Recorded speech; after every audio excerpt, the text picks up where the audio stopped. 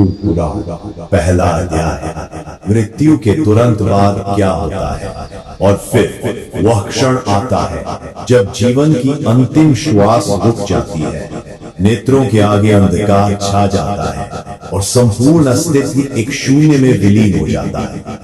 किसी ने कभी कल्पना भी नहीं की थी कि आज की सुबह उसकी अंतिम सुबह हो। परिवार रो रहा होता है, चिकित्सक कहता है अब यह नहीं रहा, किंतु जो चला गया वह सब कुछ देख रहा होता है ऊपर से। मां के रूप में गरुड़ पुराण कहता है मृत्यु के तुरंत पश्चात आत्मा अचंभित हो जाती है। उसे समझ नहीं आता कि यह क्या हुआ।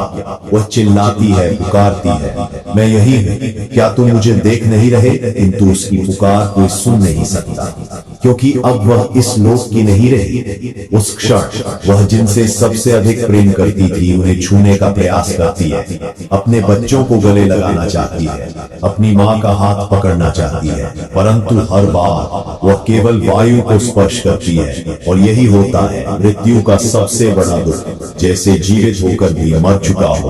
अभी एक भीषण ठंडक का आभास होता है और उसके समक्ष प्रकट होते हैं यमदूत, काले, विकराल, आंखों में अग्नि, हाथों में लोहे की जंजीरें, और वे कहते हैं चलो अब तुम्हारे कर्मों का लेखा जोखा होगा।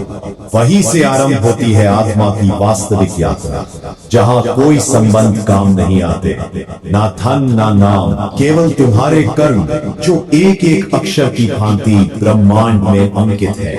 मृत्यु अंत नहीं है, यह एक नया द्वार जिसके उस पार केवल सत्य है, निर्दयी, अडोल, अपरिहार्य सत्य, जहां हर जीव को उतरना ही पड़ता है, चाहे वह राजा हो या रानी। यह था गरुड़ पुराण का पहला सत्य। गरुड़ पुराण दूसरा अध्याय। मृत्यु के बाद की सबसे रहस्यमयी और पीड़ादायक यात्रा होती है आत्मा के 13 दिन। क्या आपने कभी सोचा है कि कोई व्यक्ति मरने के बाद 13 दिनों तक कहाँ रहता है? वो आत्मा क्या देखती है, क्या महसूस करती है? गरुड़ पुराण में बताया गया है कि जब कोई जीव इस संसार को छोड़ता है तो उसकी आत्मा न पूरी तरह पृथ्वी पर होती है, न ही पूरी तरह परलोक में। वो एक विचलित अवस्था में है, जहां हर दिन एक नया अनुभव, एक नई सजा, एक नया एहसास उसके सामने आता है। पहले दिन आत्मा अपने निर्जीव शरीर को देखती है, उसे समझ ही नहीं आता कि वो मर चुका। दूसरे दिन वो अपने प्रियजनों की चीखें सुनती है पर कुछ कर नहीं पाती। तीसरे से 5वें दिन तक उसे अपने कर्मों का हिसाब याद आने लगता है। वो हर उस पल को दोबारा जीती है जहां उसने किसी का दिल दुखाया था। छठे से 9वें दिन तक यमदूत उसके चारों ओर घूमते हैं और आत्मा भय, ग्लानि और अकेलेपन से कांपती है। और फिर 10वें से 13वें दिन आत्मा को यमलोक के द्वार की झलक मिलने लगती है। गरुड़ पुराण कहता है 13वें दिन यमदूत आत्मा को लेकर जाते हैं एक ऐसे स्थान पर जहां उसके अच्छे बुरे कर्मों का न्याय होता है। शास्त्रों में कहा गया है त्रयोदश दिने मृतस्य प्रायश्चित्तम विधीयते अथ याति यमक्षेत्रम पाप कर्म विभूतये। अर्थात 13वें दिन आत्मा को न्याय की ओर भेजा जाता है, जहां उसके पाप पुण्य का पूरा लेखा जोखा सामने रखा जाता है। यही कारण है कि हमारे पूर्वज इन 13 दिनों को विशेष मानते हैं, क्योंकि यही वो समय होता है जब हम अपने प्रिय की आत्मा को शांति, श्रद्धा और प्रायश्चित से विदा करते हैं। यह सिर्फ परंपरा नहीं, एक दिव्य जिम्मेदारी है। और अब इस यात्रा का अगला चरण है यमलोक का पहला द्वार, जहां आत्मा अपना पहला निर्णय सुनती है। क्या उसे नरक भेजा जाएगा या मिलेगा दूसरा अवसर? जानने के लिए जुड़े रहिए अगले अध्याय में। और अगर आपने इस रहस्यमयी यात्रा को अब तक महसूस किया है तो इस ज्ञान को जरूर आगे बढ़े। गरुड़ पुराण तीसरा अध्याय। 13 दिन की विचलित यात्रा पूरी करने के बाद आत्मा अब यमलोक की ओर बढ़ती है और वहां उसका पहला सामना होता है चित्रगुप्त से। वही चित्रगुप्त जिनके पास हर जीव का पूरा जीवन, हर कर्म, हर पाप पुण्य लिखा होता है। गरुड़ पुराण बताता है कि जैसे ही आत्मा यमलोक के द्वार पर पहुंचती है उसका नाम पुकारा जाता है और चित्रगुप्त अपने विशाल ग्रंथ से उस आत्मा का पूरा हिसाब खोलते हैं। आत्मा की आंखों के सामने वो हर दृश्य आता है जिसे उसने जीवन में किया होता है। किसे धोखा दिया, किसे दुख पहुंचाया, किसका भला किया और किस पल भगवान को याद किया। कोई भी बात छुपती नहीं, न मन की न कर्म की। चित्रगुप्त का लेखा जोखा इतना गहरा होता है कि आत्मा खुद अपनी सजा या इनाम समझ जाती है। यही से शुरू होता है न्याय और यमराज का फैसला। गरुड़ पुराण कहता है, कर्मणा जायते जंतु कर्मणाई वर्धते नरः सुखम दुखम भयम क्षेमम कर्मणैवाधिपत्यते।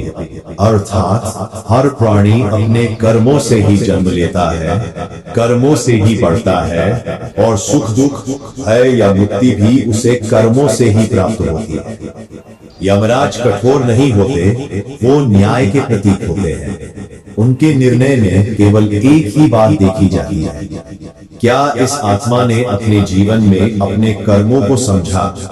अगर हाँ तो उसे पुनर्जन्म का एक और अवसर दिया जा सकता है और अगर नहीं तो उसे नरक की ओर प्रस्थान करना होता है।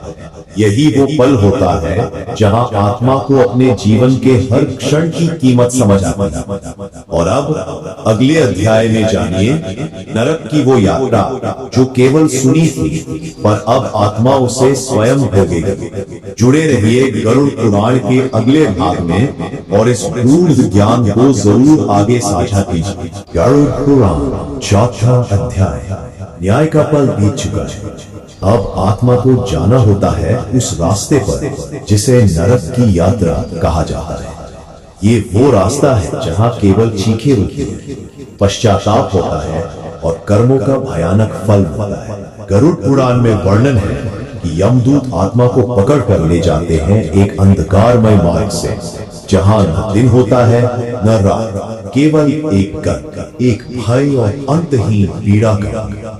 रास्ते में आत्मा को वो सब दिखाई देता है जो उसने कभी नहीं सोचा। रक्त की नदियां, कांटों से भरी भूमि, अग्नि से जलते वृक्ष और अन्य आत्माओं की कराहती पुकारे।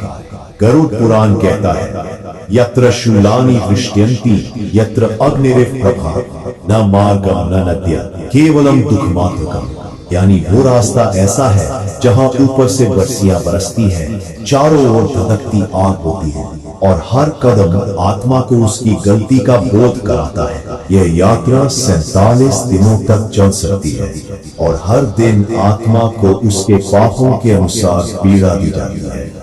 कुछ आत्माएं विनती करती है, कुछ क्षमा मांगती है, पर वहां कोई सुनने वाला नहीं होता।